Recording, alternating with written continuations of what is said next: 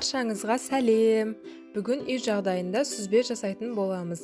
Небәрі 2 ингредиенттен тұрады, яғни сүт пен лимон сығындысы қажет. Алдымен сүтімізді газға қойып, қаймағын алып тастаймыз. Піскен соң газды өшіріп, 2-3 минуттан соң лимон сығындысын қосып араластырамыз. Міне осылай сары суынан бөлінеді. Тағы да газға қойып, сүзбеміз жақсылап бір-біріне біріккенін күтеміз. Сосын бөлме температурасына дейін суытып аламыз. Ыдысқа сита мен 4 қабат марля қойып, сүзбемізді құямыз.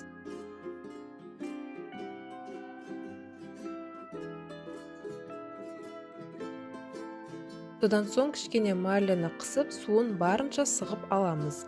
Сүзбеміз дайын. 1,5 литр сүттен 220 грамм сүзбе шықты. Дайындалуы өте оңай.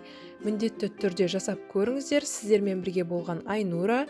Рецептлерім ұнаса, каналыма тіркеліңіздер және видеоларыма лайк басып пікір қалдырыңыздар. Назарларыңызға рахмет.